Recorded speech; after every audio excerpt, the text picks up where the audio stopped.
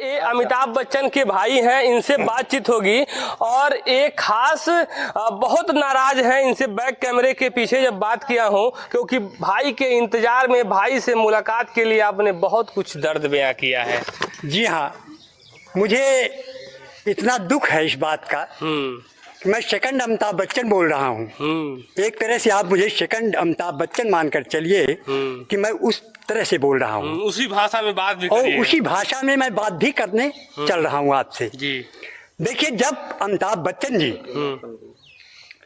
ने कहा कि एक फिल्म बनाया था, उन्होंने कहा यारी है ईमान मेरा, यार मेरी जिंदगी। यस, एक गीत गाया था उन्होंने कि यारी है ईमान मेरा, यार मेरी जिंदगी ना। तो यारों में ही वो भूले हुए हैं, परिवारों को छोड़ दिए, परिवारों को छोड़कर यारों में भूले हुए हैं ना। प्राण ने हंसाने के लिए उनको इस गीत को गाया था, लेकिन इसका अर्थ मैं लगा रहा हूँ कि केवल यारों में ही भूले हुए हैं और बाबू पट्टी को भूल चुके हैं। जी हाँ, यारों में भूल गए, यारों में बाबू पट्टी को भूल गए और अपने पिता के पैतृक संपत्ति को भूल गए। जिस संपत्ति से जहाँ पर उनके पिताजी रहे, काफी समय तक यहाँ पर अपना जीवन व्यतीत किया। उन्होंने लेखनी लिखते थे, यहाँ से लेखनी लिखते थे, यहीं से पढ़ने जाते, यहीं से।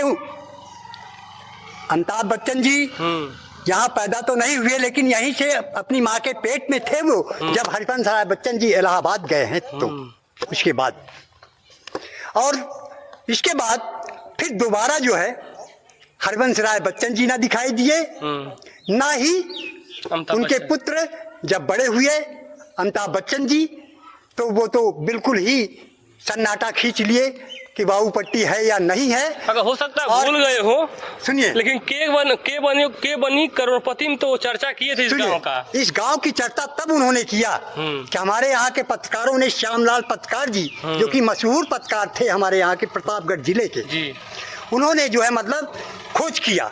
खोज करने के बाद निकाला उन्होंने क्या, भूलूं क्या याद करूं।